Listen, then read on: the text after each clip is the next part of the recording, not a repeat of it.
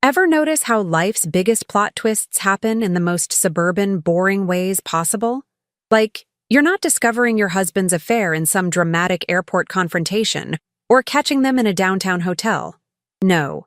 You find out because you came home early on a random Tuesday and saw his Tesla parked outside Clarice's Craftsman 3 doors down, right between her potted petunias and that ridiculous Live, Laugh, Love doormat. I'm Gisela Mitchell, 34, marketing director at a pharmaceutical company in Charlotte, North Carolina. And until 6 weeks ago, I thought I had the perfect suburban life.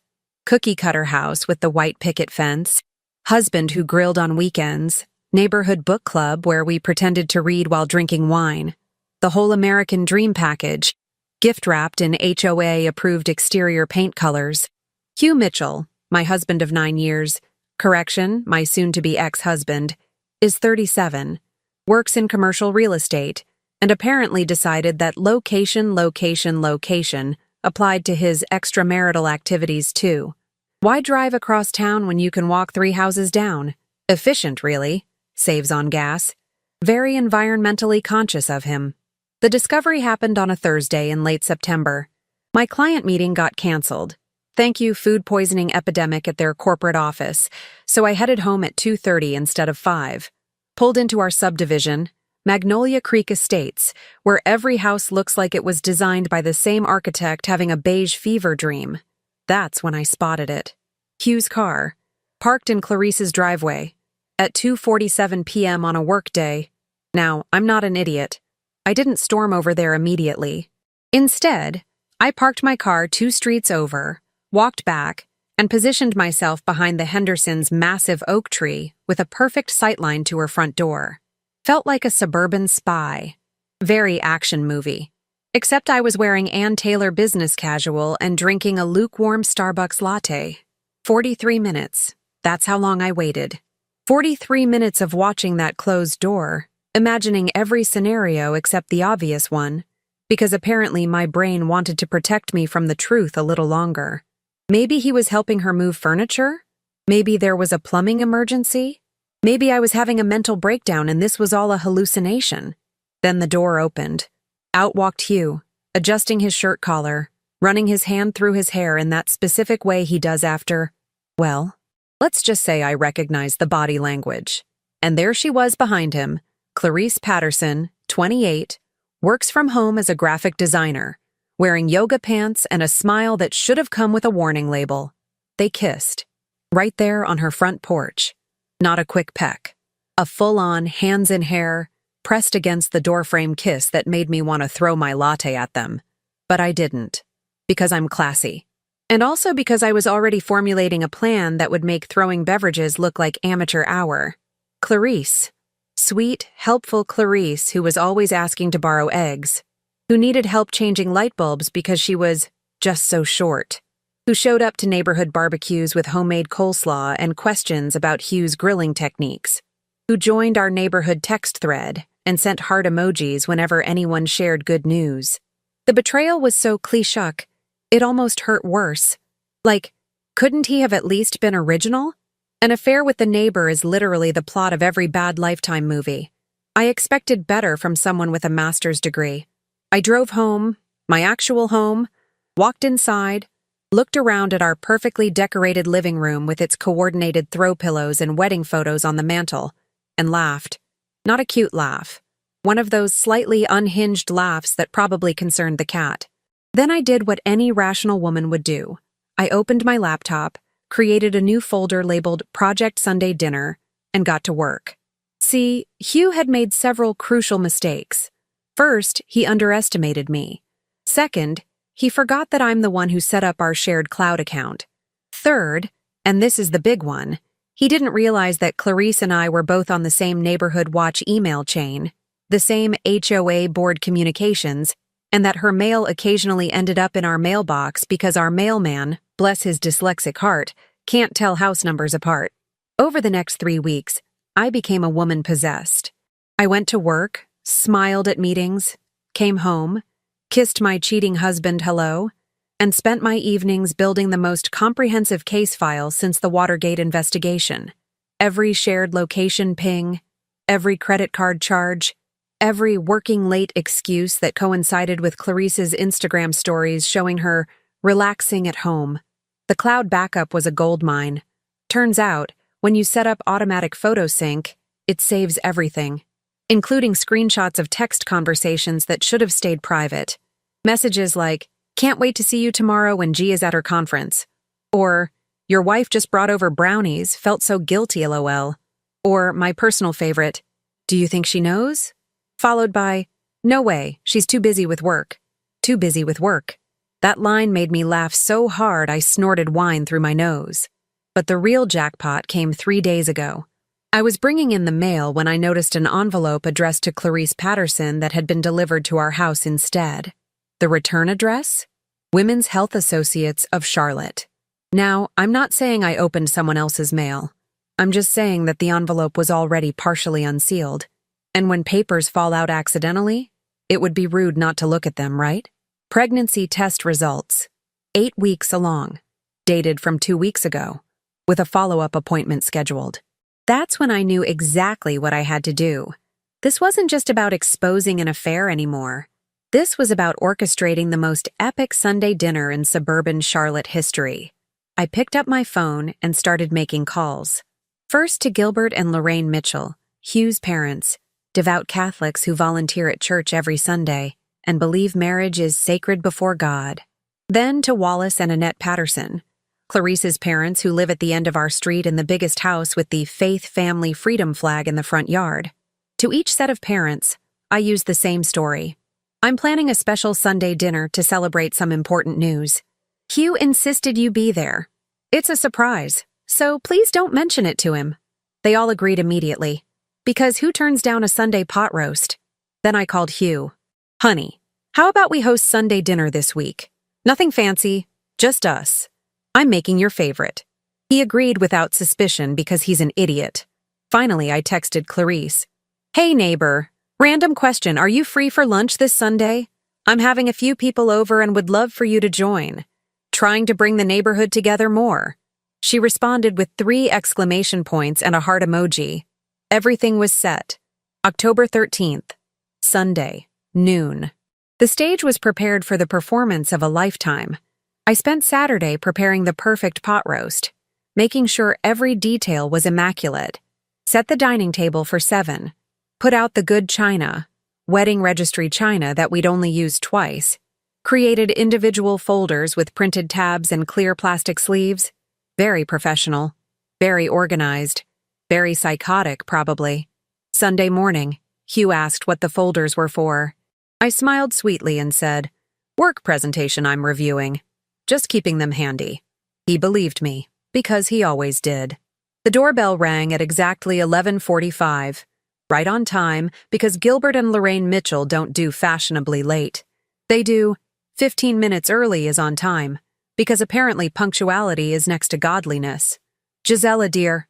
Lorraine swept in with a casserole dish, because showing up empty-handed is a mortal sin in her world, and kissed both my cheeks.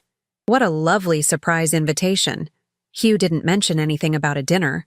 "That's because it's a surprise," I said, taking the green bean casserole that nobody asked for.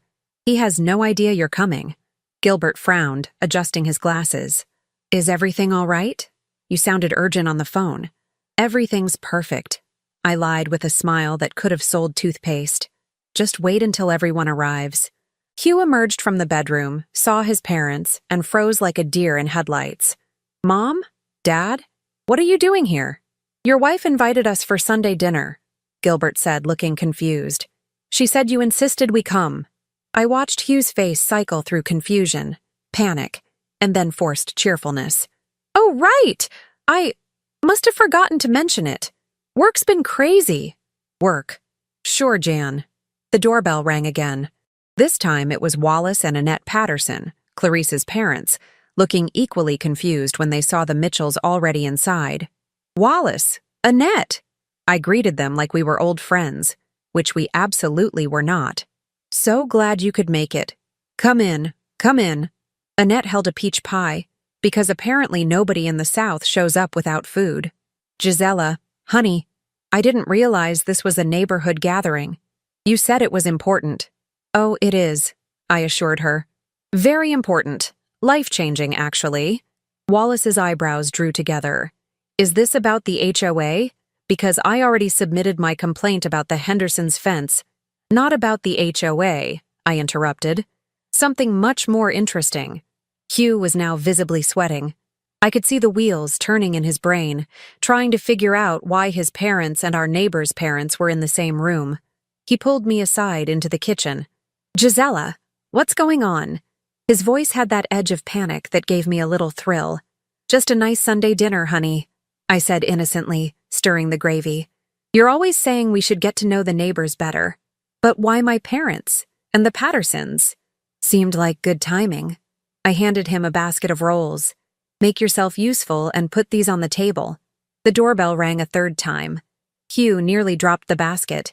I opened the door to find Clarice standing there in a sundress, holding a bottle of wine, smiling like she didn't have a care in the world, like she wasn't carrying my husband's baby, like she hadn't been borrowing more than just eggs for the past 6 months. Gisela, thanks so much for inviting me. I brought a Pinot Grigio. Oh.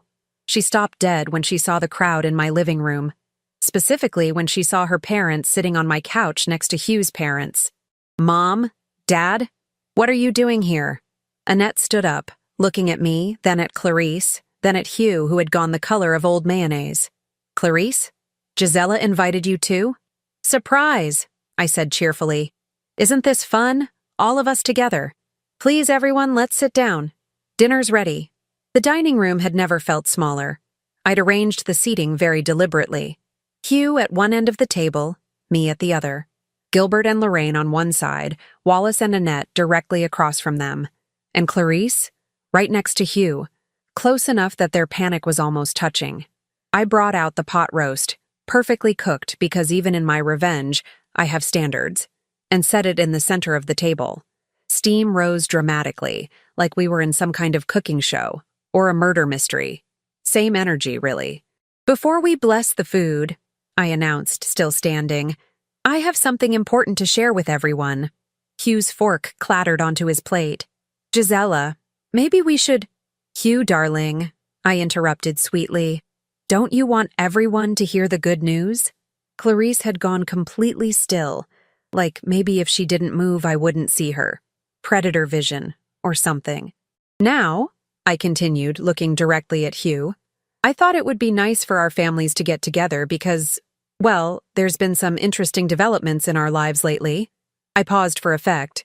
Hugh, honey, why don't you tell your parents about your extracurricular activities? Lorraine looked up from her napkin. Extracurricular? Like a hobby? More like a side project, I said.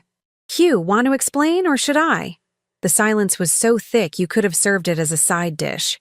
I don't know what you're talking about, Hugh said, but his voice cracked like a teenage boy. Really? I tilted my head. That's interesting, because I'm pretty sure you know exactly what I'm talking about. Maybe we should ask Clarice if she knows.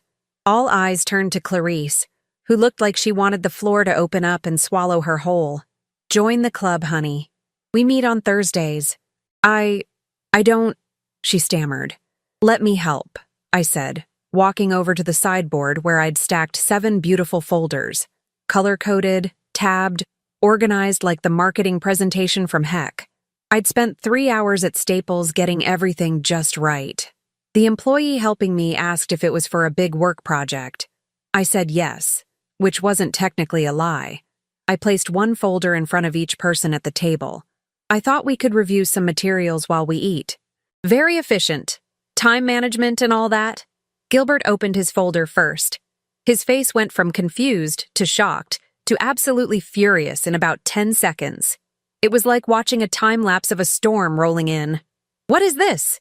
He demanded, holding up a printed screenshot of text messages. That, I said calmly, sitting down and unfolding my napkin, is your son telling his girlfriend, our neighbor Clarice, that he couldn't wait to see her while I was at my pharmaceutical conference in Boston last month, the one where I was giving a keynote speech about ethical business practices. Ironic, right? Lorraine gasped, clutching her rosary that she always wore. Hugh Patrick Mitchell, tell me this isn't true. Hugh's middle name is Patrick. I only pull it out for special occasions. Apparently, so does his mother. Mom, I can explain. Explain what? Wallace had his folder open now, flipping through pages with shaking hands. Explain why my daughter is in these photographs with a married man? Annette started crying. Actually crying. Clarice Marie Patterson, what have you done? Oh, good. Clarice's middle name is Marie. We're in full name territory now. This was going better than I'd planned.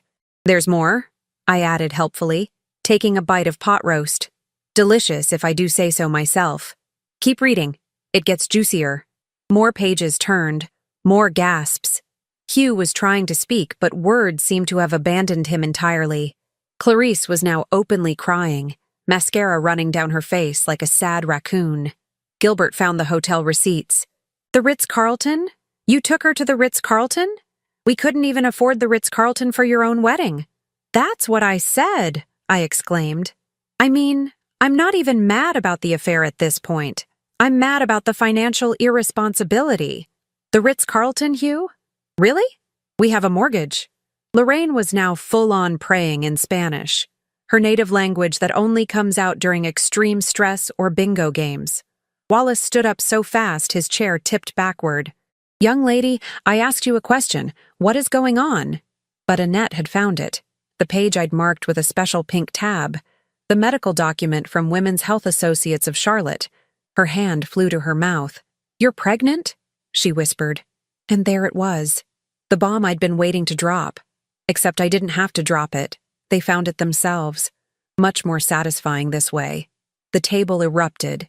Everyone talking at once. Lorraine demanding answers from Hugh. Gilbert threatening to cut him out of the family business. Wallace yelling at Clarice about values and shame, and how could she? Annette just crying into her hands. I sat there, eating my pot roast, watching the chaos unfold like it was dinner theater. Except the tickets were free and the drama was priceless. Hugh finally found his voice. Everyone, please, just calm down. Calm down? Gilbert roared. You're having a child with the neighbor while you're married to your wife? Actually, I interjected, raising my hand like I was in school. Let's be clear. He's having a child with his girlfriend. I'm just the wife. There's a hierarchy here, apparently. Hugh tried to stand up, probably planning some grand exit, but I'd anticipated that. Remember how I said I locked the door? I didn't mention that I'd also pocketed all the keys. Front door, back door, garage door opener. Call it paranoia. I call it proper event planning. Sit down, Hugh, I said calmly. We're not done yet. There's dessert. Dessert? Clarice choked out through her tears. How can you talk about dessert right now? Because I made a tres leches cake and it would be rude to waste it, I replied. Also, we haven't gotten to the best part yet. Gilbert was still flipping through his folder, his face getting redder by the second. There's more than this? Oh, Gilbert, I said sympathetically. We're only on tab 1. There are 5 tabs. Pace yourself. Maybe have some water. Lorraine was rocking back and forth, rosary beads clicking through her fingers like a calculator tallying sins. 9 years of marriage. 9 years we thought were blessed by God. Technically 8.5 if we're being precise, I corrected. Our anniversary isn't until December. Wallace had moved to tab 2, the financial records. His contractor's hands, rough from years of building houses in the Charlotte metro area, shook as he traced the numbers. $23,000? You spent $23,000 on hotels, dinners, and gifts? Hugh's face had gone from mayonnaise white to tomato red. That's taken out of context. Context? I laughed. The context is that you told me we couldn't afford to remodel the kitchen because we needed to save money. Meanwhile, you're buying Tiffany jewelry for our neighbor. I turned to Clarice. The bracelet you wore to the 4th of July barbecue. Did you think I wouldn't recognize the signature Tiffany blue when I literally have the same one from our engagement? You're wearing my hand-me-down jewelry style, honey. That's just sad. Annette had stopped crying and was now staring at her daughter with a look that could curdle milk. Is this true, Clarice Marie? Did you accept gifts from a married man? Clarice opened her mouth, closed it, opened it again. She looked like a fish gasping for air. Finally, she whispered, He said he was going to leave her. The table went silent. Then I laughed. Actually laughed. Not the unhinged laugh from 3 weeks ago. This was genuine amusement. He said he was going to leave me? That's the line you fell for? Oh, sweetheart. That's the oldest play in the Cheater's Handbook. Right there on page 1, right under "My wife doesn't understand me."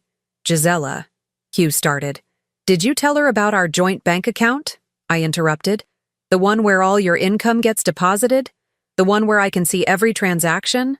Or what about our shared credit cards? Did you mention that I get real-time alerts for every purchase over $100? I turned to address the table. Hugh isn't very good at the technical side of infidelity. Turns out, being sneaky requires attention to detail, and my husband here thinks two-factor authentication is something from a spy movie. Gilbert closed his folder and pressed his palms flat against the table. His voice came out quiet, which was somehow scarier than yelling. Son, tell me right now, did you or did you not father this child? The room held its breath. Hugh looked at Clarice. Clarice looked at her lap. Neither of them spoke. I'll take that as a yes, Gilbert said. He turned to Lorraine. Get your purse. We're leaving. Wait! Hugh finally found his voice. Don't you want to hear my side? Your side? Lorraine stood up, her short frame somehow seeming 6 feet tall with righteous fury. Your side of what? Of breaking your marriage vows? Of betraying a good woman? Of creating a child outside of wedlock? She crossed herself. Father Rodriguez will hear about this on Tuesday morning. You can explain your side during confession. Father Rodriguez is their parish priest. He's about 75, hard of hearing, and terrifyingly Old Testament when it comes to moral failures. Hugh's face suggested he'd rather face a firing squad. There's one more thing, I said, standing up and walking to the sideboard. I pulled out a manila envelope, separate from the folders, because this deserved its own moment. I thought everyone should know that I've already filed for divorce. I tossed the envelope onto the table. It landed with a satisfying slap. The papers were filed on Friday morning. Hugh was served at his office yesterday afternoon by a very professional process server. He just didn't tell anyone because, well, probably because he was hoping to figure out a way to spin this. I looked at my soon-to-be ex-husband.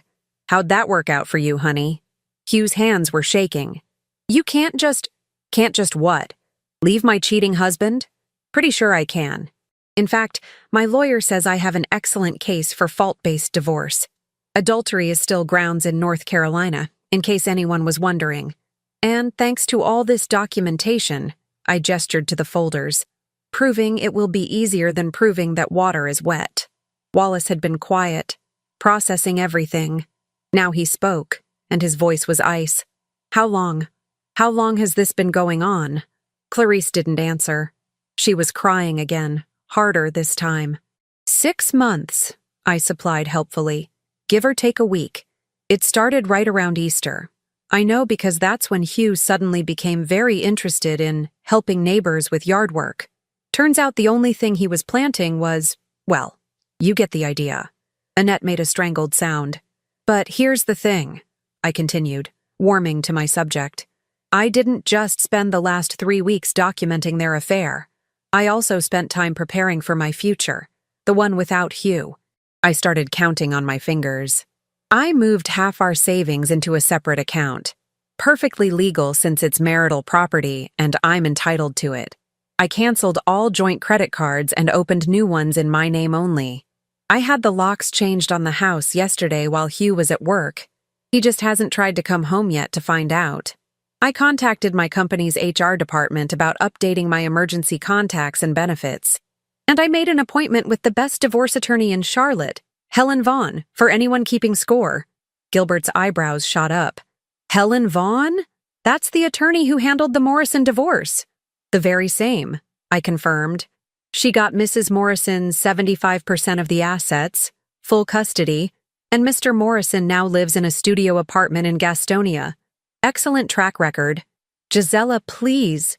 Hugh's voice cracked. Can we talk about this privately? Why? I asked innocently. These are our families. Shouldn't families be involved in important decisions? I sat back down and picked up my fork. Besides, I think everyone deserves to know what comes next. What comes next? Lorraine asked warily. Well, I said, cutting into my pot roast, I'm keeping the house. It was purchased primarily with my inheritance from my grandmother, so that's pretty straightforward. Hugh will need to find somewhere else to live, and since Clarice is carrying his child, I let that hang in the air. Wallace stood up so fast this time the table shook. Absolutely not. She is not keeping that baby under my roof. Dad! Clarice cried out. No, Wallace said firmly. You made your choices, Clarice Marie. Now you live with them. You want to play house with a married man? You can figure out where to do it, but it won't be in the home your mother and I built on Christian values. Annette was crying again, but nodding in agreement with her husband. I have a suggestion, I said brightly, like I was proposing a weekend brunch plan. Since Hugh will need a place to live, and Clarice will need support with the baby, perhaps they should get a place together? Face the consequences of their choices as a team? The irony wasn't lost on anyone, making them actually be together, not as some exciting secret affair, but as real-life partners dealing with bills and diapers and all the unglamorous reality they'd been avoiding. That was its own special punishment. Hugh looked horrified. Clarice looked even more horrified. That's actually perfect, Gilbert said coldly. You want to play family? Go ahead. Play it for real. No more sneaking around. No more lies. Just consequences. I'll be putting my house on the market, Wallace announced. I can't live on the same street as this situation. Annette and I will be moving, perhaps to Rock Hill, somewhere with less shame attached to our family name. The Pattersons leaving the neighborhood? That would tank property values, upset the HOA balance, and create gossip that would last for years. Magnolia Creek Estates would never forget this Sunday dinner. I took another bite of pot roast, still delicious. Well, I think that covers everything. Oh, wait. No, one more thing. I pulled out my phone and opened my photos. I took the liberty of creating a slideshow set to music. Anyone want to see 6 months of affair highlights? I set it to Stand By Your Man by Tammy Wynette. Seemed appropriate. That's enough! Hugh finally exploded, standing up. This is insane! You're humiliating us! No, Hugh, I said quietly, all humor gone from my voice. You humiliated yourself. I'm just making sure everyone knows about it. The next 6 weeks were, in a word, magnificent. Helen Vaughn turned out to be everything her reputation promised. A 5'2" hurricane in Chanel suits who treated divorce law like performance art. Our first meeting lasted 3 hours and ended with her literally applauding my documentation folders. In 20 years of practice, she said, adjusting her reading glasses, I have never seen someone come this prepared. You've basically done half my job for me. I'm very detail-oriented, I replied. It's why I'm good at marketing. Well, you've certainly marketed your case beautifully. She tapped the pregnancy test results. This is going to be ugly for him. She wasn't wrong. The divorce proceedings moved faster than anyone expected, primarily because Hugh's lawyer, some guy named Preston who looked like he'd passed the bar exam last Tuesday, kept making rookie mistakes. Like trying to claim Hugh deserved half the house, even though my inheritance paid for 60% of it. Helen demolished that argument so thoroughly that Preston actually apologized to the judge. Judge Marianne Fletcher, a 60-something woman who'd reportedly gone through her own messy divorce in the 90s, did not look kindly on adultery cases, especially ones involving pregnancy. Mr. Mitchell, she said during our preliminary hearing, peering at Hugh over her glasses, you understand that North Carolina is not a no-fault-only state? That your actions have direct bearing on asset division? Hugh nodded miserably. He'd lost about 15 pounds and gained approximately 15 years in appearance. Stress looked terrible on him. I'd never been happier. And Ms. Patterson? Judge Fletcher continued, turning to Clarice, who'd been subpoenaed to testify. You're aware that your involvement in this matter reflects poorly on your character? Clarice, now 12 weeks pregnant and showing slightly, just nodded. She'd stopped wearing makeup, stopped doing her hair. She looked like what happens when Pinterest expectations meet reality. The settlement came down in early November. I got the house, 70% of our combined savings, my car, and all the furniture except for Hugh's grandfather's desk that I didn't want anyway. Hugh got his car, 30% of savings, and the pleasure of paying child support for the next 18 years to a woman who was quickly realizing that the other woman is really just the next problem. But the legal victory was only part of it. The real satisfaction came from watching the social fallout. Lorraine made good on her promise. Father Rodriguez gave Hugh a lecture so severe that Hugh stopped attending Sunday Mass entirely. When I ran into Lorraine at Target 2 weeks after the dinner, both of us reaching for the same bag of coffee beans in a moment of suburban comedy, she pulled me into a hug. "I'm so sorry," she whispered. "I raised him better than this." "You did," I assured her. "Sometimes people make their own choices. You're being far too gracious." She grabbed my hand. "Gilbert and I want you to know, you're still family to us. What Hugh did doesn't change that. I won't lie. I teared up a little in the coffee aisle of Target, but they were good tears." Gilbert went further. He removed Hugh from his position at the family real estate company, a business Gilbert had built from nothing over 40 years.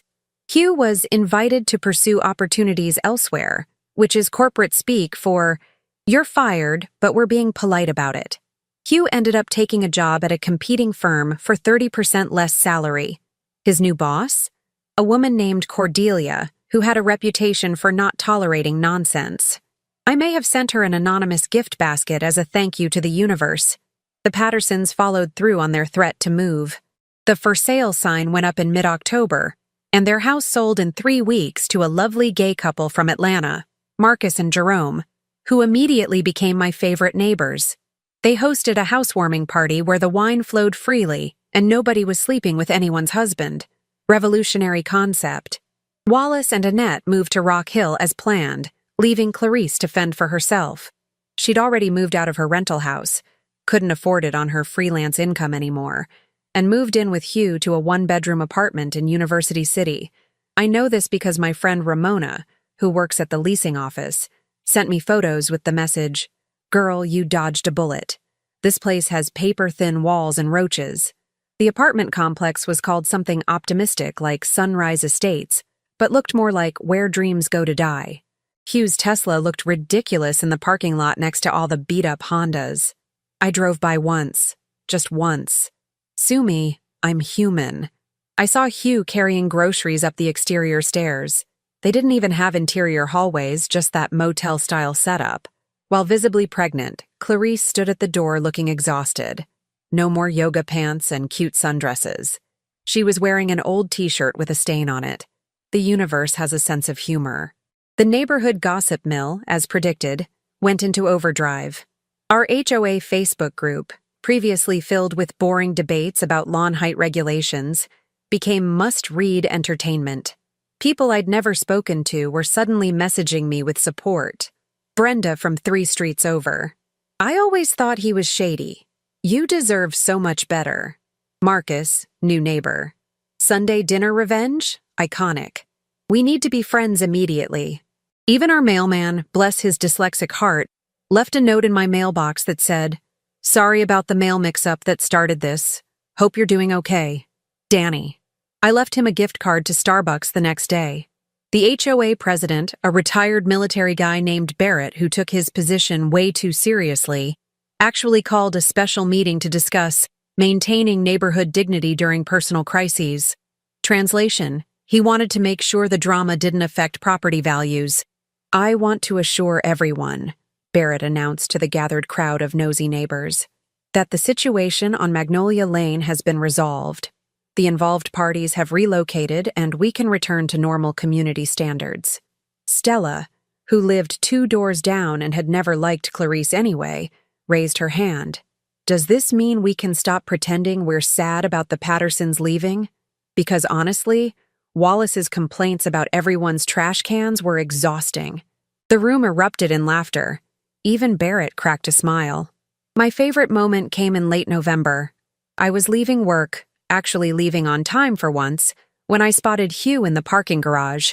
He was getting into his Tesla, which now had a dent in the passenger side door and needed a wash. He saw me. I saw him. For a moment, Neither of us moved. Then I smiled. Not a friendly smile, not a sad smile. A smile that said, I won, and we both know it. He got in his car without a word. I drove home to my beautiful house with my beautiful new kitchen renovation. Turns out I could afford it just fine without him, and made myself dinner. Just me, a glass of wine, and the cat who'd always preferred me anyway. That weekend, Lorraine invited me to Thanksgiving at their house. Please come, she said over the phone. Gilbert and I would love to have you. You're still family. What about Hugh? I asked. Hugh has made his choices. He's spending Thanksgiving with Clarice and her parents in Rock Hill, if they'll even have them. She paused. We choose you, Gisela. You've always been the daughter we wished for. I cried again. Happy tears this time. Thanksgiving at the Mitchells was surreal. Gilbert carved the turkey and made a toast. To family, the people who love you even when you don't deserve it, and who hold you accountable when you need it most. We didn't talk about Hugh. We talked about Gilbert's plans to expand the business, Lorraine's volunteer work, my promotion at work. Oh, did I mention? I got promoted to senior director in November. Turns out, when you're not emotionally drained from a failing marriage, you perform better at work. Who knew? The best revenge, they say, is living well. But I'd argue the best revenge is living well while your ex lives in a roach-infested apartment, works for a boss who terrifies him, has lost his family's respect, and is about to become a father in the worst possible circumstances. December rolled around. What would have been our 10-year anniversary? Instead of celebrating a decade of marriage, I celebrated the finalization of my divorce. Helen called me personally. It's official. You're free. Free, I repeated, testing the word. It felt good. That night, I did something wonderfully petty. I changed my relationship status on Facebook to single and posted a photo of myself at a fancy restaurant with the caption, Celebrating New Beginnings. Best decision I ever made. Within an hour, I had 200 likes and 50 comments. Brenda commented, You look happier than I've ever seen you. Marcus commented, Thriving. This is what winning looks like. And Hugh? Hugh viewed the post. I could see it in my story analytics, but didn't comment. Couldn't comment. What would he even say? The baby was due in March. I knew because Lorraine kept me updated despite everything. A boy, she said sadly. Hugh's having a son. Are you going to be involved? I asked gently. I don't know, she admitted. Gilbert says we should. That the child is innocent in all this. But it's complicated. It was complicated. But it wasn't my complication anymore. They say living well is the best revenge, but I'd like to add a footnote. Living well while watching karma work overtime is even better. It's February now. 4 months since that legendary Sunday dinner. The story has become neighborhood folklore, the kind of tale people will tell at barbecues for the next decade. Remember when Gisela Mitchell invited everyone to dinner and destroyed 2 families with color-coded folders? I've become a legend. I should feel bad about that. I don't. Marcus and Jerome hosted a Valentine's Day party last week. Galentine's meets anti-Valentine's was the theme. And I went. Wore a red dress, drank champagne, laughed until my face hurt. Stella brought her sister, who's going through her own divorce. We bonded over shared trauma and excellent cheese selections. How did you do it? Stella's sister asked me, genuinely curious. How did you not fall apart? I thought about it, swirling my champagne. I gave myself permission to be angry. Then I channeled that anger into action instead of destruction. Plus, spite is an excellent motivator. Everyone laughed, but I was serious. Spite gets a bad reputation, but honestly, it got me through some dark 3 a.m. moments when I wanted to key his car or post something nasty online. Instead, I used that energy to organize my evidence, hire the best lawyer, and plan my future.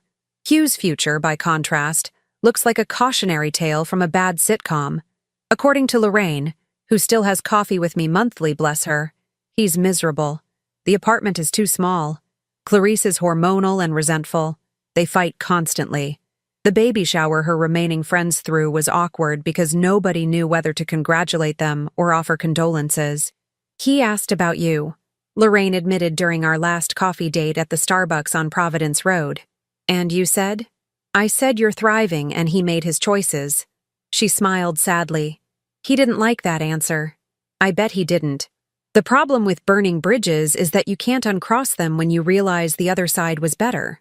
Clarice, from what I hear through the neighborhood grapevine, has discovered that affair partners make terrible life partners. Turns out, a relationship built on deception doesn't magically transform into trust just because you got caught. Who knew? Oh, right. Everyone. Everyone knew. She apparently tried to reach out to her parents last month. Wallace refused to take her call. Annette sent a brief text. We'll discuss this after the baby arrives. Maybe. That's Southern for, we're still too ashamed to acknowledge you exist. The baby is due in 3 weeks. A boy, as Lorraine mentioned. They're naming him something trendy that I've already forgotten. Gilbert and Lorraine are conflicted about being grandparents under these circumstances, wanting to love the child but not wanting to condone how he came to be. It's messy, complicated. Not my circus, not my monkeys anymore. Meanwhile, I got a raise in January. Turns out when you're not emotionally exhausted from pretending your marriage is fine, you have energy for things like career advancement. I'm heading up a new division, traveling for conferences again, actually enjoying my work instead of using it as an escape. My house now, no hour about it, looks amazing. I remodeled the kitchen in December with granite countertops and new appliances. Painted the bedroom a color Hugh hated but I loved. Adopted a second cat. Her name is Karma. The irony is intentional. I've been on exactly 3 dates since the divorce finalized. One was terrible. He talked about his ex the entire time, completely missing the irony. One was mediocre. Nice guy, no chemistry. One was actually promising. A guy named Everett who works in architecture and makes me laugh. We're taking it slow. Turns out, I'm in no rush to complicate my life again. The most unexpected gift came from this whole disaster. I learned what I'm actually worth. Not in terms of assets or settlements, but in self-respect. I learned that I don't have to settle for being someone's backup plan, that I deserve to be someone's first choice, or nobody's choice at all. I also learned that I'm way more ruthless than I thought. The old Gisela would have cried and begged and tried to work on the marriage. New Gisela? She makes folders, calls lawyers, and serves pot roast with a side of consequences. I like new Gisela better. People sometimes ask if I regret how I handled it, if the public humiliation was too much. Here's my answer. Hugh humiliated me for 6 months while I smiled and played the perfect wife. I humiliated him for 1 afternoon with evidence and truth. We are not the same. Besides, I gave them both exactly what they wanted. Each other. Just without the exciting forbidden romance part. Now they get bills, dirty diapers, and the reality that relationships require actual work. Congratulations to the happy couple. Last week, I ran into Hugh at the grocery store.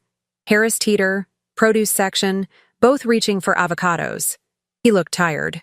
I looked amazing. Sometimes life writes its own poetry. Gisela, he said quietly. You look good. I know, I replied, selecting the better avocado. Happiness agrees with me. He opened his mouth like he wanted to say more. Maybe apologize. Maybe explain. Maybe ask for something I'd never give. I walked away before he could. Because here's what I've learned. Closure doesn't come from the person who hurt you. Closure comes from yourself, from choosing to move forward, from building a life so good that the past becomes irrelevant. My Sunday dinners now are peaceful. Just me, great food, maybe Marcus and Jerome, maybe Lorraine and Gilbert, maybe new friends I'm still making. No drama, no hidden agendas, no wondering if my husband is texting someone else under the table.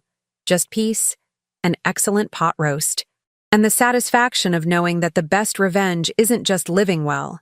It's living authentically, unapologetically, and completely on your own terms. Hugh gets his consequence baby and cramped apartment. Clarice gets her prize of a man who cheats. Wallace and Annette get their shame-fueled relocation. And me? I get my life back. Turns out, that was the real treasure all along.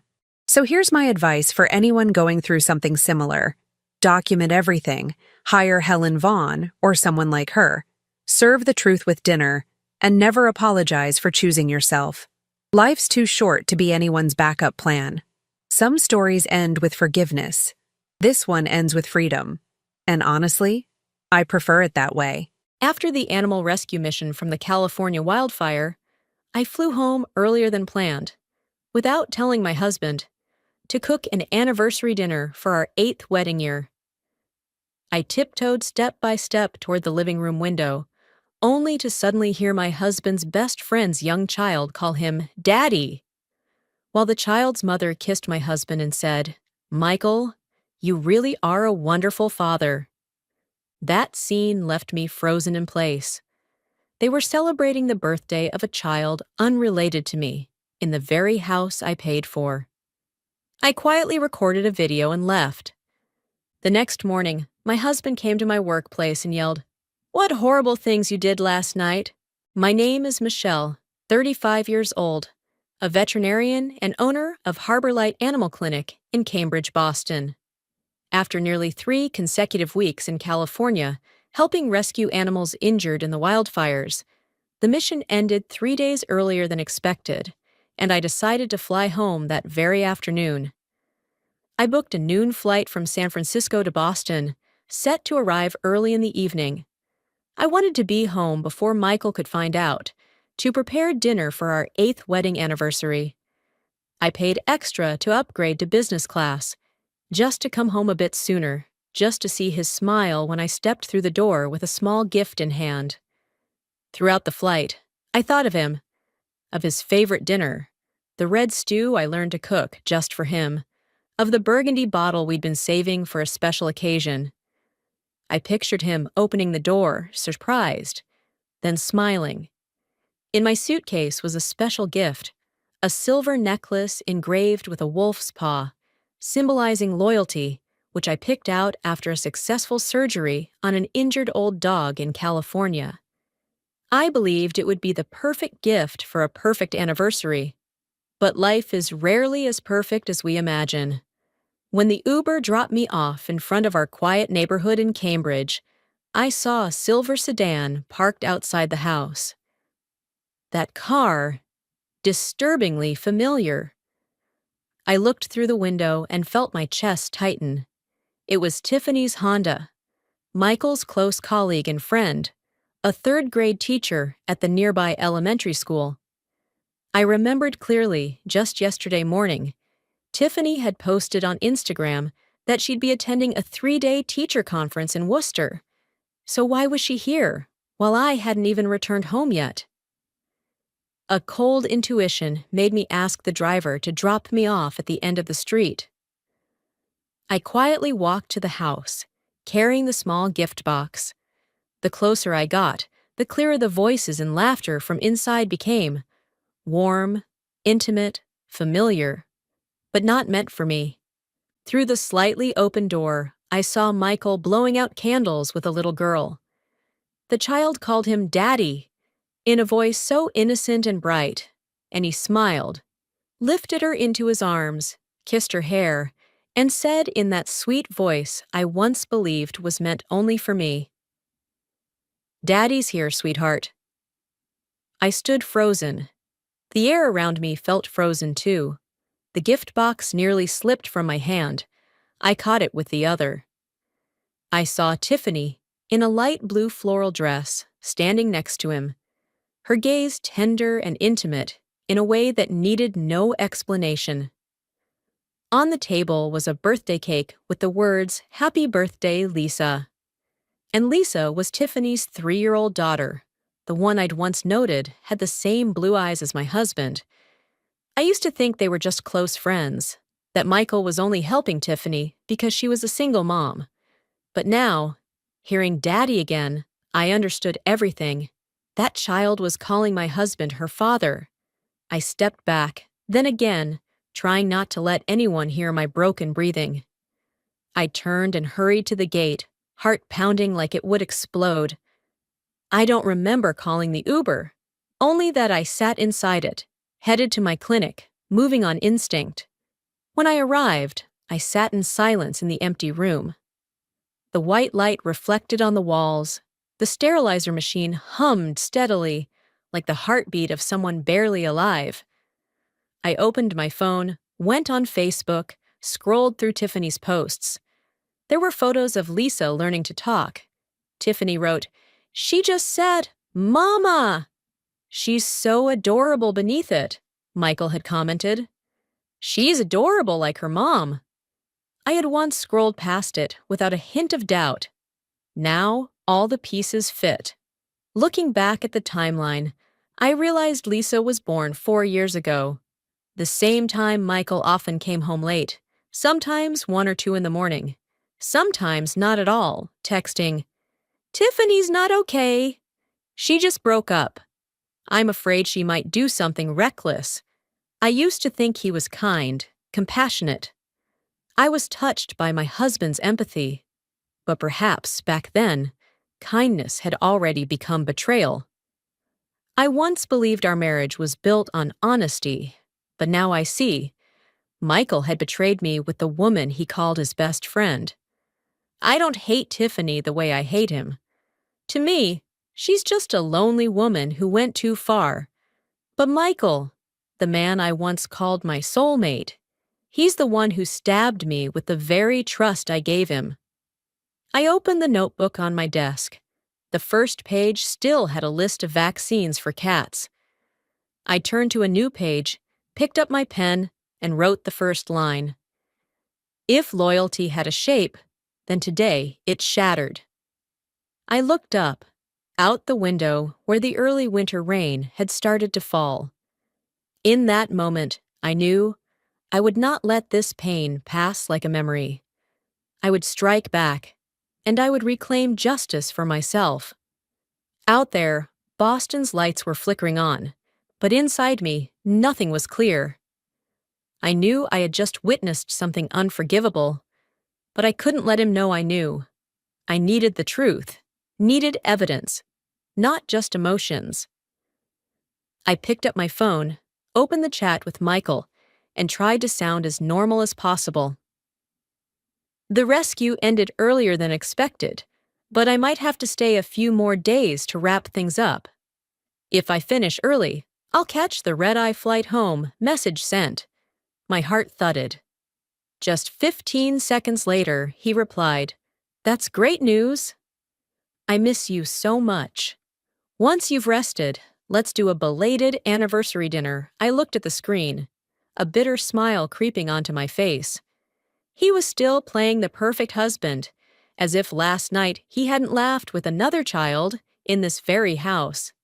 The next morning, I returned home in silence. Michael had already left. On the kitchen counter were 2 mugs, his usual coffee, and another with a faint lipstick mark. I looked around. Nothing was messy. Everything was too perfect, too clean, like my life had been erased from it. I opened the drawer where he usually kept his wallet and car keys. A small piece of paper stuck out. I pulled it free. A folded receipt. Teddy's Toy Emporium, white wool stuffed teddy bear, $127, September 12th. September 12th. He had told me he was in New York meeting investors. I remember he video called me, smiling, saying, "I miss you." My hand shook. There was no more doubt. I sat down, opened my laptop. The screen cast a cold blue light on my face. I created a new document, typed 3 words in all caps, "Justice Plan." I snapped a photo of the receipt, saved it into the first folder, named Day of Betrayal 1. Then I opened my notes and listed every detail. Tiffany's license plate, Michael's work hours, the late-night meetings he claimed were urgent. One by one, the puzzle pieces began falling into place. At 10:55 a.m., a loyal client came in with her elderly cat, Mrs. Whitmore, a retired lawyer I deeply respect. As I administered the shot, she looked at me and said softly but firmly, "My dear, your eyes say more than you realize. Something's wrong, isn't it?" I smiled, trying to cover it up. "No, just a bit tired." She nodded slowly and said, Women only say tired when they're holding it all in. If you suspect someone, don't confront them without proof. Justice always sides with the patient. I stuck to the plan, not letting him know I was in Boston. At 3 p.m., just after finishing a minor surgery at the clinic, I texted Michael, keeping the tone of a wife still far away. "I'm wrapping up paperwork here in California. Might be a late one. How have things been at home?" He called back immediately. His voice was warm and familiar, so much so that if I hadn't known better, I might have believed him again. "Everything's fine. Don't worry about a thing. I've just been busy with work stuff. Oh, and I stopped by Tiffany's last night. She's not doing great again." I gripped the phone tightly. Last night was the night I stood outside the door, hearing a child call him Daddy. 1,000 questions burned in my throat, but I swallowed them down, letting out only a measured touch. "You and Tiffany. Is there something going on that makes you go over there so often?" He paused for a beat, then let out a perfectly crafted sigh, laced with wounded sincerity. "Are you doubting me, Michelle? You know Tiffany once had suicidal thoughts after her breakup. I just don't want her doing anything drastic. I thought you understood my heart." I let the silence linger, listening to the low hum of the air conditioner through the line like it was reminding me to stay calm. Then I spoke, slow and dry. "I'm not doubting. I'm just asking. If you're truly just helping, then that's good." "Thank you for trusting me," he said softly. "Come home. We'll talk things through. I love you." The call ended. I stared at the dark screen, my chest tight and hollow. Was I angry? Yes. But more terrifying was that I no longer wanted to argue. Not yet. Not without proof. That night, alone in the clinic office, I opened our joint bank app and reviewed recent transactions. The words appeared like a black ink stain. Transfer, $2,000. Recipient, Tiffany M. Note: Take care, birthday, 2041. I leaned back in my chair, hearing my heartbeat in every harsh thud. 8:41 p.m. Right after that call with me, he sent her money, with a note that read, "Take care." I screenshot the transfer and saved it to the Justice Plan folder. Transfer 2000 Tiffany 2041 PNG. I reopened the photo of Tiffany's silver car outside the house and added it to the evidence log. The pieces were falling into place. I searched my contacts for Mildred Harper, divorce attorney, a former client who once brought in her beagle for vaccines. I typed a quick email, attaching the teddy bear receipt and the screenshot. "Dear Mildred, this is Michelle from Harbor Light Animal Clinic.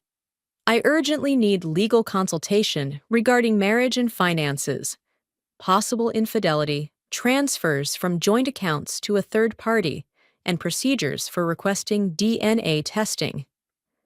Attached are 2 initial pieces of evidence. I want to proceed lawfully and quietly until I have a complete file. Thank you." The send button turned gray. I rested my forehead against the back of my hand. Outside the clinic window, Boston glowed like a chessboard, each lit square a story no one else knows. On the desk, the Justice Plan notebook lay open. I added a new line. "Day of betrayal. 2. The first lie has been recorded. The distance between pity and complicity is just one excuse." I turned off the lights. In the dark, I heard something faint, the sound of trust falling to the bottom of my heart, and I knew, from this moment on, every road would lead to the truth. I barely slept that night. I lay curled on the small sofa in my clinic office, listening to the rain tapping on the roof and the wind slipping through the window frame. At first light, I brewed a strong black coffee, opened my laptop, and began combing through our joint account. Michael still believed I was in California. He had no idea I was less than 10 kilometers away, here in Cambridge, working on a plan taking shape. In the transaction history, a long list of unusual expenses appeared, like puzzle pieces I'd never seen before. Maple Leaf Elementary tuition, $3,800. Kids Planet Toy Store, $215. Happy Moments Birthday Photo Studio, $640. All notes repeated one name, Lisa. I opened my notebook and began building a timeline. Left column for transaction dates, right column for the excuses Michael had given. Business trips. September 12th. White teddy bear. Meeting investor in New York. November 4th. Maple Leaf tuition. Trip to Dallas. December 21st. Birthday photo shoot. Year-end meeting in Chicago. Each line matched chillingly. For 4 years, every night I stayed up saving the lives of helpless creatures. He was raising another family. With the money I earned. Near noon, my phone buzzed. A reply from Mildred Harper, the lawyer I had emailed the night before.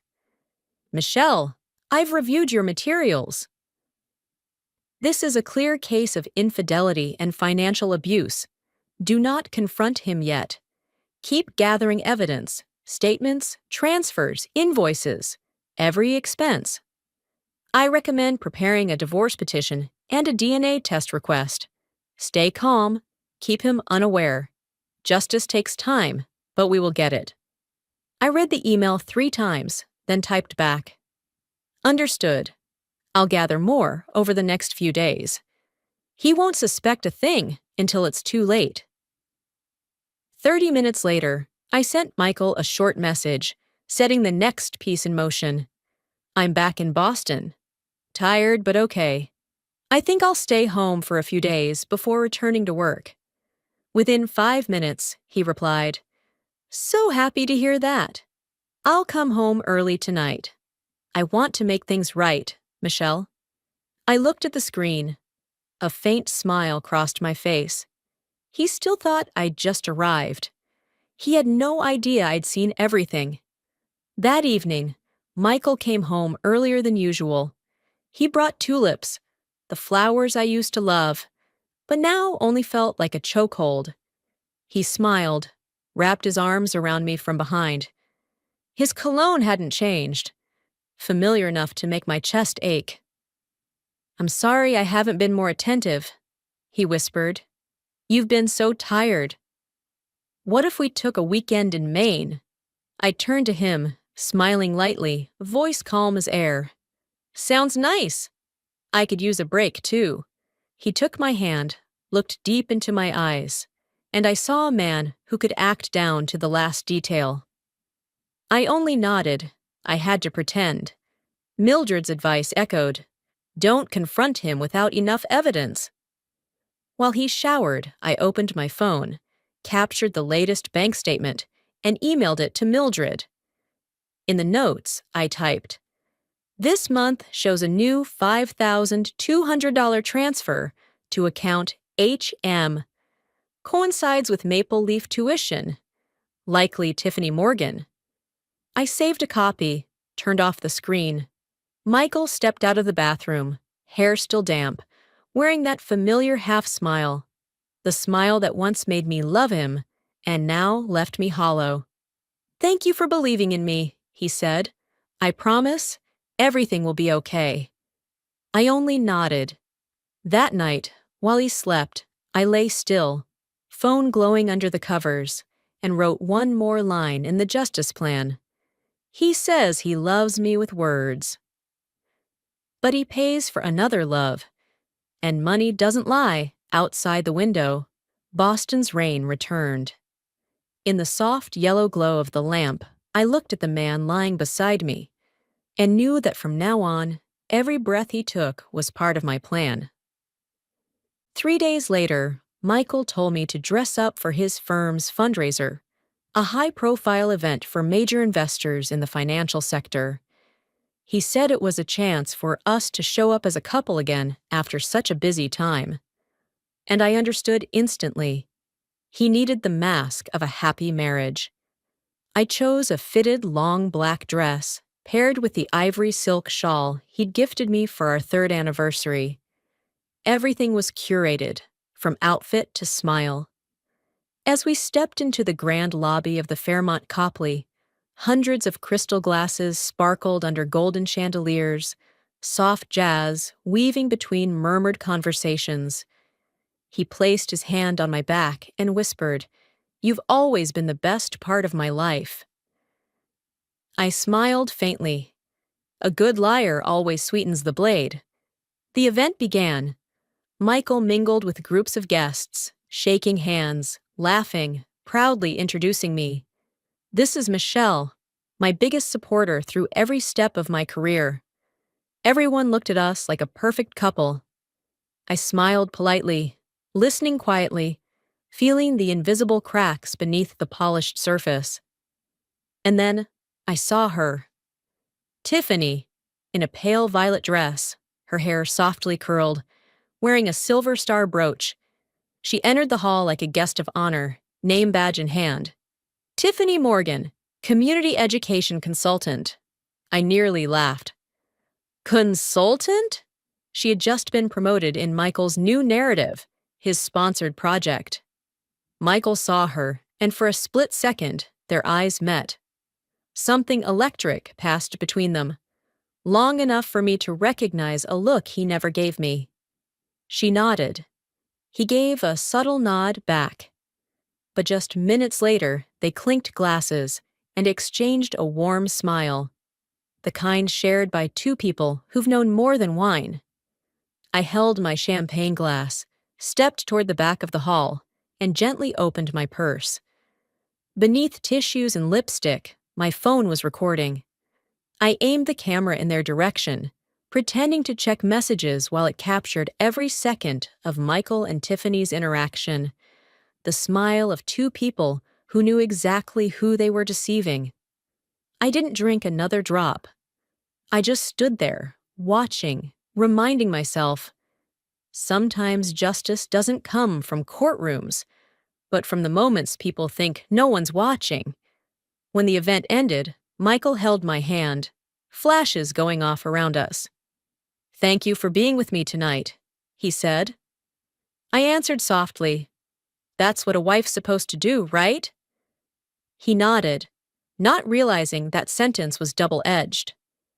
That night, after he fell asleep, I pulled out my phone, plugged it in, and replayed the 2-minute video. In the glowing light of the ballroom, Michael and Tiffany's faces were clear. Their eyes, their distance, their smiles, all spoke the truth. I clipped a short segment, emailed it to Mildred with a brief note. First piece of evidence. The screen blinked. Sent successfully. I stared at those words for a long time, then closed the laptop. Outside the window, city lights reflected on the glass, casting my shadow back at me. For the first time in years, I didn't feel invisible. I was coming back, not as a wife, but as the woman rewriting her own justice. The next morning, I arrived at Mildred's office in downtown Boston. A light rain was falling, mist veiling Beacon Street like a gray curtain. I walked in, carrying the USB drive with the footage from last night's fundraiser. Mildred was waiting in her small office full of divorce files, her gaze firm yet full of empathy. I sat down, my hands still cold, but my voice steady. "I'm ready now, Mildred." "Enough is enough." She nodded, plugged the USB in, and watched the short video. The glow of the screen lit up her stern face. After a few silent seconds, she said slowly, "This is more than clear. We'll begin divorce proceedings immediately, and I want you to request a DNA test to confirm that child is Michael's. If so, he can be charged with concealing a dependent and financial misrepresentation." I listened to every word, like hearing the war drums at the start of a true battle. That same morning, Mildred helped me file the official divorce petition with the Suffolk County Court. The packet was over 10 pages long, with all evidence attached: bank statements, transfers, receipts, the video. I signed my name at the bottom, my pen shaking slightly, but the stroke resolute. That afternoon, Mildred contacted the Massachusetts Child Support Enforcement Agency, reporting suspicions of Michael hiding a child, an act subject to civil charges and severe penalties. I sat across from her, watching each fax go out, my heart pounding yet strangely relieved. Every sheet sent peeled back another layer of his mask. But Mildred knew that to win, I'd need more than paperwork, visual evidence. She referred me to Joseph Turner, a private investigator she'd worked with on high-stakes financial divorce cases. That afternoon, we met at a small cafe near the Charles River. Joseph was in his 40s, tall, quiet, eyes sharp as blades. After my brief summary, he asked only one question. "What level of evidence are you after? Suspicion or certainty?" I answered clearly, "Certainty and legal." 2 days later, I received an email from Joseph. Subject line, "Initial observations." He wrote concisely, with attached photos and a detailed report. Michael left his office at least 3 times this week during lunch, around 12:10 to 1:45 p.m. He drove to Riverview Place Apartments in Somerville, where Tiffany Morgan resides. He parked in the garage and went up to apartment 307. He stayed about an hour and a half, then returned to work by 2 p.m., as if coming back from a client lunch. I opened each photo. Undeniable. Michael stepping out of his car, holding a paper bag from a nearby bakery, smiling as Tiffany opened the door. Pictures of them leaving the unit together, her walking him to the parking lot, brushing his shoulder before he walked away. Joseph concluded, "The visits are consistent every Tuesday and Thursday." This constitutes repeated infidelity. I stared at the images, no longer in pain, only cold and resolved. The man who said he was meeting clients had been spending lunch breaks cheating. I saved all the photos to the Justice Plan folder, carefully numbered. That night, I sent them all to Mildred, along with this note. "Mildred, here is direct evidence. He meets Tiffany twice a week during lunch. Enough for court." Her response came almost instantly. "Good. I'll prepare the supplemental file. From now on, Michelle, every step you take is protected by law. We won't fight with pain anymore, but with evidence." I looked out the window. The Boston sunset reflected off the Charles River, staining the sky red. I breathed deep and whispered to myself, "He once used time to hide his lies. I'll use every minute now to bury them." The next morning, Michael left early as usual. He kissed my cheek, said he had an important meeting. I simply nodded, silently watching him fade out the door. Once I heard his car pull away, I reached for my phone.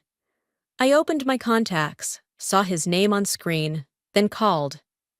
My voice was so calm, it surprised even me. "Can we meet this afternoon?" "At River Bean Cafe, near your office. I want to talk." There was a pause on his end. Then he replied, as gently as ever, "Sure." "But why not wait till tonight and talk at home? You just got back. I want to cook dinner for you." I smiled, keeping my tone flat. "No need. I prefer talking outside. Too many things at home keep us from saying what we really mean." He hesitated a second, then agreed. "All right." I want us to talk seriously, too. That afternoon, I arrived 15 minutes early, choosing a window seat where sunlight streamed across my steaming cappuccino. I sat quietly, opened my bag, double-checked the evidence on my phone. When Michael walked in, wearing a white shirt and navy tie, the same smile on his face, it was as if nothing had ever happened. He kissed my forehead. a gesture that once thrilled me, now cold as glass. We sat. He talked about new projects, maybe starting his own fund. I let him speak, let him settle into his polished husband role. When he paused, I slid my phone across the table, opened a video file. On screen appeared a dim shot of our living room. Yellow lights, a birthday cake, and a child's voice rang clearly. "Daddy?" Then Michael's voice, tender and sweet to the bone. "I'll always be here." Michael froze. He stared at the screen, then at me, face draining of color. "Michelle, when did you film this?" I didn't answer. I set down my cup, voice low and steady. "That night. When you blew out candles with another woman's child. In my house." He swallowed hard, tried to steady his tone. That was Lisa. You know her. Tiffany asked me to watch her sometimes. I said that to comfort the girl. I didn't want her feeling unloved. Michelle, she doesn't deserve to be hurt." I laughed, but it came out sharp as broken glass. "Doesn't deserve to be hurt? You're saying that to me? Do you know what truly doesn't deserve pain, Michael?" A wife's trust. I took an envelope from my bag, unfolded documents. Teddy bear receipt dated September 12th, Maple Leaf tuition statements, transfer proof to Tiffany Morgan, and the photo from the fundraiser where he toasted with her in the hotel lobby. I laid each one on the table, voice even and cold. "Here's the tuition you paid. Here's the toy you bought on the day you said you were in New York. And here, the moral man, toasting with his mistress at a company event." He couldn't speak. I saw his throat twitch, hands shaking as he stared at the evidence. Finally, he lowered his head, voice rough. "I'm sorry. Michelle, I messed up. I was stupid, cowardly. I didn't know it would go this far. It's all my fault, mine alone." I looked at him, no longer the man who was once my whole world, but just someone who had lost the game he rigged. I said softly, eyes fixed on my cooling coffee, "You have 24 hours to leave the house. After that, my attorney will contact you. Don't try to appeal to emotion anymore, Michael. I have proof, and I have the law." He looked up, eyes drained, not angry, just a man who'd lost everything. I stood, placed cash on the table, and said quietly, without looking back, "Thank you. Because of you, I learned how to trust myself." I walked out, leaving behind a man bowed in silence. Outside, the wind stirred, coffee scent mingling with autumn leaves. I opened my phone and texted Mildred. "It's done." He confessed, ready for the next step. I turned off the screen, stood to leave. But just as my hand touched the door, Michael's voice called from behind, no longer trembling or regretful, but cold and bitter. "If you think you can take me down that easily, you're wrong. I'll hire the best attorney in Boston. That house, your clinic, they're marital assets. You won't keep anything." I paused a second, turned to face him. His eyes no longer held guilt, but fear of losing control. I replied softly, but loud enough, "Then try me, Michael. This time, the law is on my side." I turned, pushed open the door, and stepped out. Behind me, his heavy breathing dissolved into the cold wind. Outside, Boston was foggy, the streetlights reflecting off the Charles like 1,000 mirrors, revealing a woman who had just stopped being afraid. That evening, the house was eerily quiet. After the confrontation at the cafe, Michael hadn't dared return. I sat in front of my computer with only the ticking wall clock and the soft rain brushing against the window as company. I opened the browser, the cursor blinking in the search box. Boston Women's Forum, Marriage and Family section. I logged in with an anonymous account named The Vet's Wife. With trembling fingers, I typed, not with rage, but with the stillness of someone who had seen everything. My husband is a successful man in finance. He speaks of ethics, trust, and family, all while secretly betraying me for 4 years with the woman he called his best friend. They have a child together, while I was still clinging to the belief that our marriage could be saved. I'm not looking for pity. I just want other women to know, when a man says he's meeting a client, sometimes he's just with someone else. I reread the post, then hit submit. Within minutes, hundreds of views. An hour later, over 5,000. Comments poured in.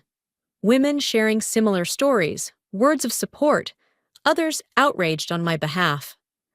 One wrote, "Is he with Brightfield Capital? I heard of a CEO who preaches ethics but lives a lie."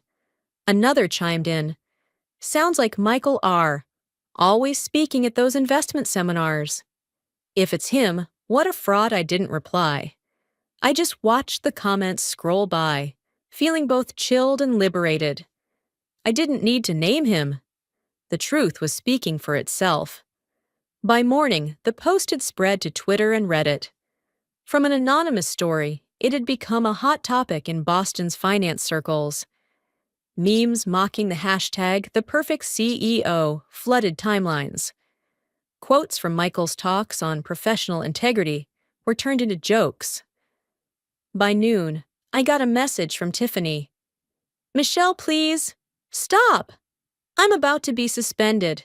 The school is investigating. Lisa is still a child. She'll be hurt.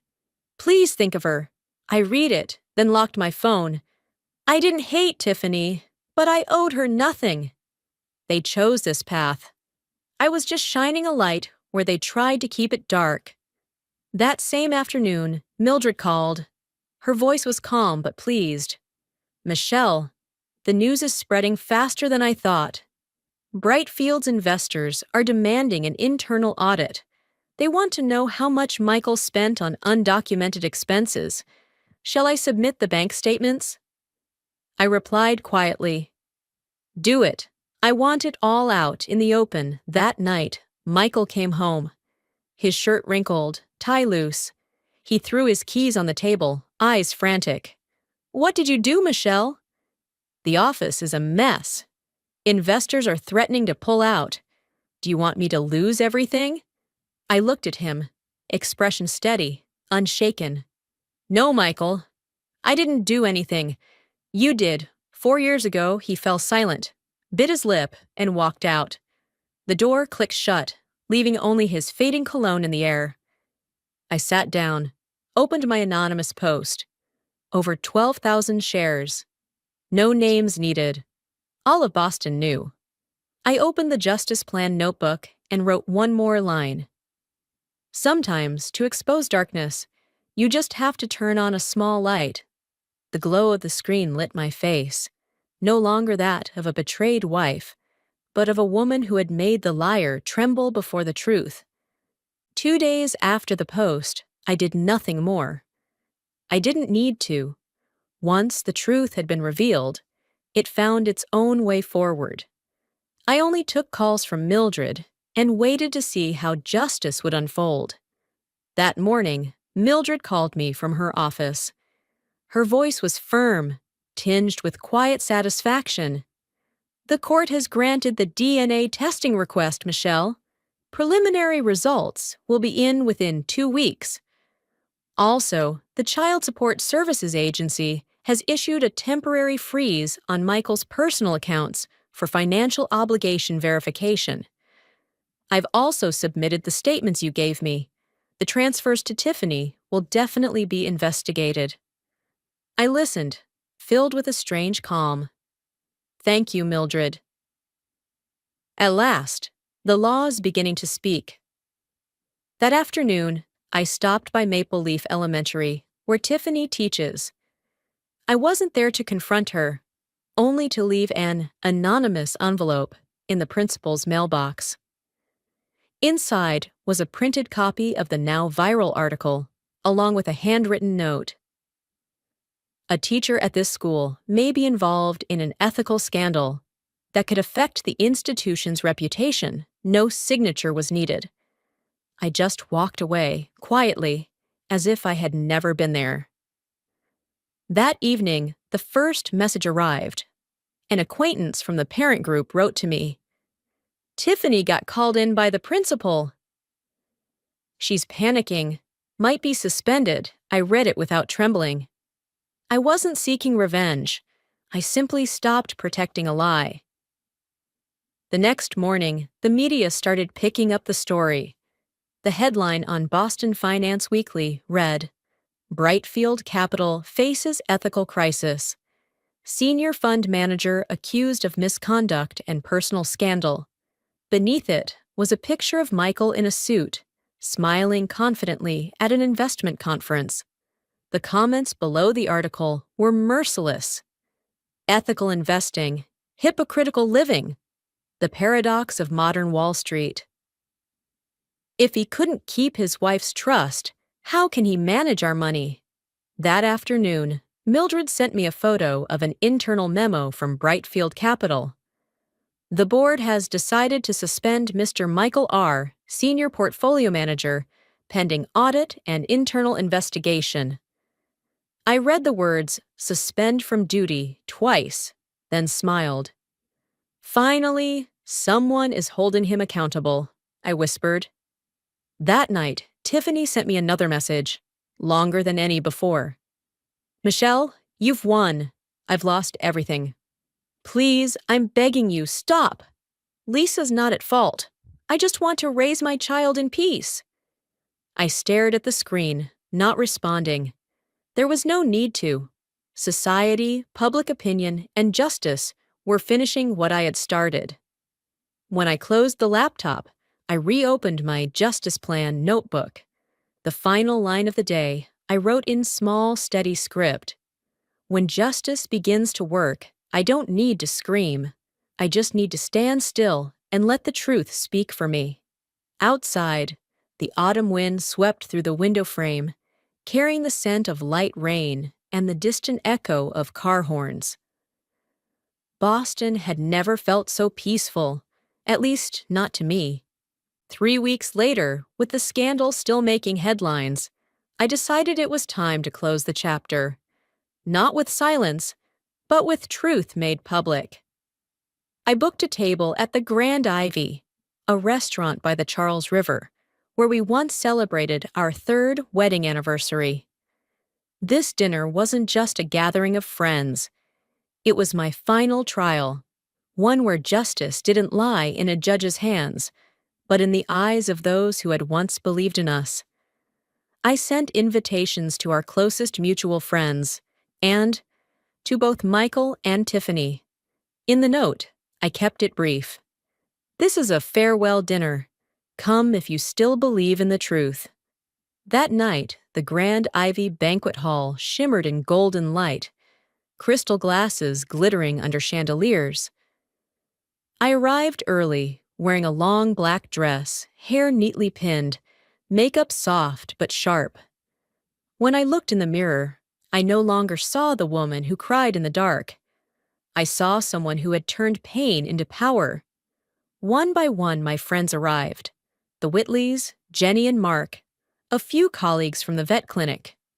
At last, Michael walked in, Tiffany by his side, their faces tense, trying to maintain composure. I smiled and welcomed guests as if nothing had happened. As dinner neared its end, I rose gently and lifted my glass. "Thank you all for coming. Tonight, I won't say much. I just want to share one thing. The truth sometimes needs light, and tonight, I want to shine that light." The room fell silent. I signaled the tech staff.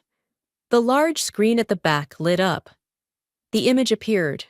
The very video I had recorded that night in my own living room. Lisa's voice rang out, innocent and clear. "Daddy?" Then Michael's, warm and affectionate. "I'll always be here." A few gasps. Some covered their mouths. All eyes turned to Michael. But I didn't stop there. I played the DNA results Mildred had sent just yesterday.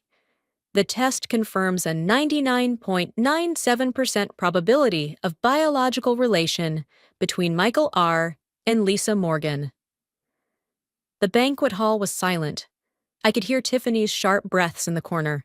She broke into sobs, her hand trembling as she clutched Michael's arm. He only bowed his head, his face pale. I stepped into the center of the hall, voice steady and clear. 4 years.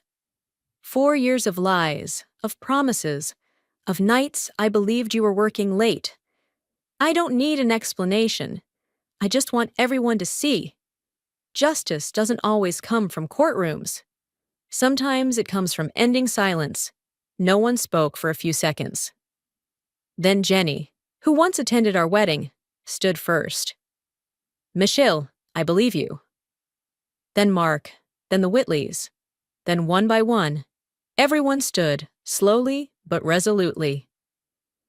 There's no room for betrayal in our circle. Tiffany buried her face, tears soaking the napkin. Michael still didn't lift his head, hands clenched tightly as if holding on to the last shred of pride. I looked at them one last time and nodded. Thank you for coming. Thank you for listening. From now on, I hope you two live truthfully with each other, the way I've lived truthfully with myself. I walked out, leaving behind heavy stares, whispered words, and a truth freshly unveiled under the glamorous lights. The breeze off the Charles River brushed gently past, carrying a soft chill. I stood on the steps, breathing deep. Behind me, an old chapter was collapsing. Ahead, a new one was opening. No more lies, only light and freedom. 3 days after the evening at the Grand Ivy, the storm officially broke. The news spread faster than Michelle had imagined. On financial media sites, bold headlines emerged. Brightfield Capital under internal investigation amid ethics scandal and alleged embezzlement. At the Brightfield office, the tension was palpable. David Clark, a longtime partner and head of auditing, discovered irregularities in spending. In an internal email, he wrote, "A sum of $120,000 was withdrawn from the contingency fund 3 months ago, without valid invoices. Upon review, the transaction was made by Michael R., labeled as Maple Leaf Community Project Support. But David didn't take long to connect Maple Leaf to the elementary school where Tiffany Morgan teaches. He immediately contacted Mildred, Michelle's attorney, to verify the connection. When cross-referenced with Michelle's evidence, tuition receipts, bank transfers, gifts, and aligned expenditures, everything became alarmingly clear. Michael had embezzled company funds to support his mistress and their child. Mildred forwarded the entire case file to Brightfield's Audit Division and the Massachusetts Financial Oversight Committee. Within 48 hours, Brightfield Capital released a public statement. We have terminated Mr. Michael R., Senior Portfolio Manager, for serious breaches of ethical and financial conduct. His personal accounts have been frozen pending investigation.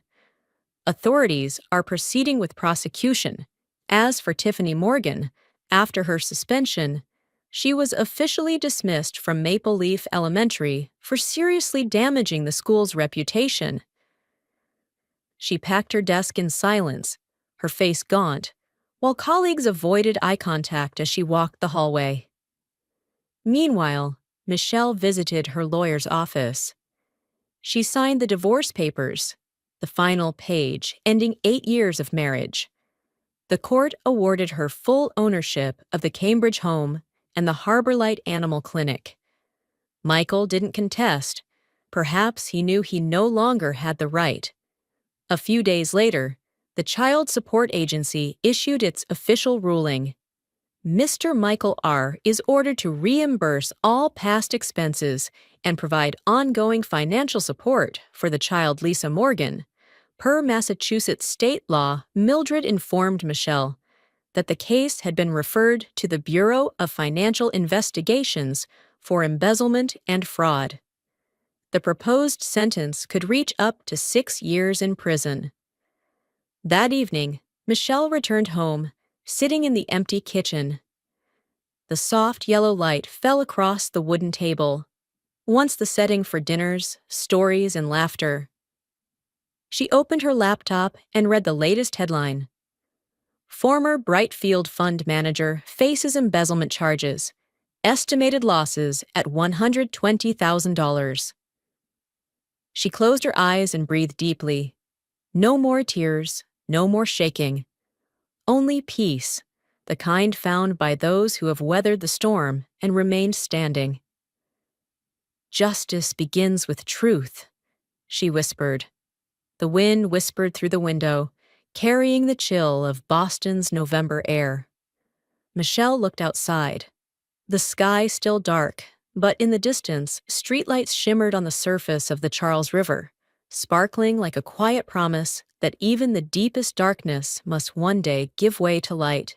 5 weeks later, I sat in my new office, a small but sunlit space, where the nameplate had just gone up a few weeks ago. Phoenix Divorce Solutions. The name Phoenix was not just a symbol of rebirth. It was my story.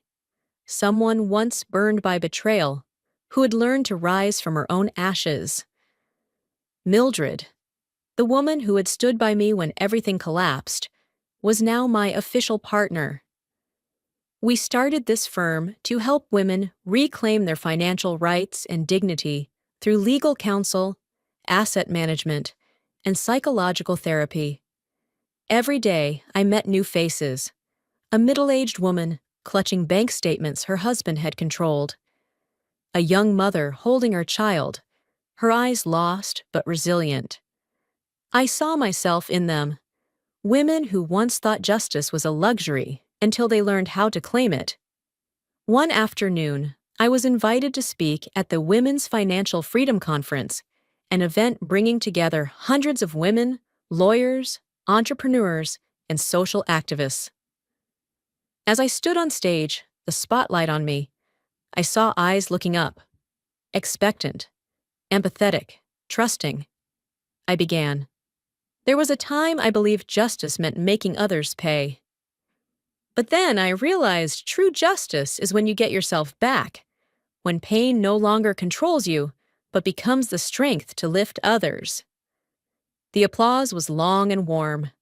Mildred smiled from the front row, nodding gently, a silent blessing.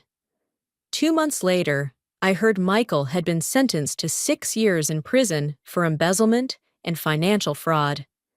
He was stripped of all authority in the investment world, lost his reputation, lost everything he once took pride in. As for Tiffany, after being fired from the school, she moved back in with her parents in suburban Worcester, unable to find new work. I didn't feel joy, nor sadness. It was simply a natural consequence, the result of choices they had made. As for me, I returned to the simple life I had once forgotten. On weekends, I visited the Animal Rescue Center in Cambridge, where it all began. I adopted 3 abandoned animals, an old Labrador, a limping corgi, and a black cat named Midnight. I cared for them, played with them, and sometimes smiled at the thought that by saving these small lives, I was saving myself. In the late afternoon, as the sun dipped behind flaming red trees, I sat by the window, watching people pass by. A hot cup of tea on the table, 3 animals curled up beneath my feet. I thought to myself, justice doesn't end with punishment. It ends with peace. And for me, peace had begun. On an early winter morning, the season's first snow fell gently on the glass roof of the Cambridge Rescue Center. I stopped by as usual, but today a special soul caught my attention. A small golden-haired dog, blind, yet still lifting its head at every sound. They said it had been rescued from the wildfires in California the year before, during the same time I was there on a work trip. They hadn't named it yet, but I simply smiled and said, "Her name is Hope." As I held Hope in my arms, I felt my heart beat with a new rhythm, no longer heavy, but light as breath. She trembled in my hands, seeking warmth, and I realized I had once been just like her, lost in darkness, guided only by the feeling in my chest. I brought Hope home, settling her beside the three other little creatures. They curled around her, as if they understood that here, no one had anything left to fear. That afternoon, while reorganizing my office, I found a small box high on the shelf. Inside was the silver necklace I had once planned to give Michael for our 8th anniversary. I held it for a long moment, then hung it on the wall beside my desk. In the dim light, the silver glinted like a quiet reminder. Beneath it, I carved into a wooden plaque.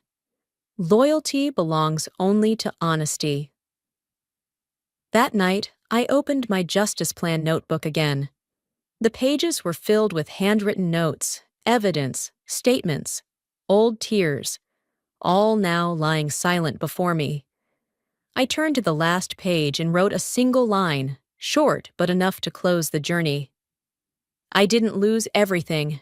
I only lost an illusion. I closed the notebook and placed it on the shelf.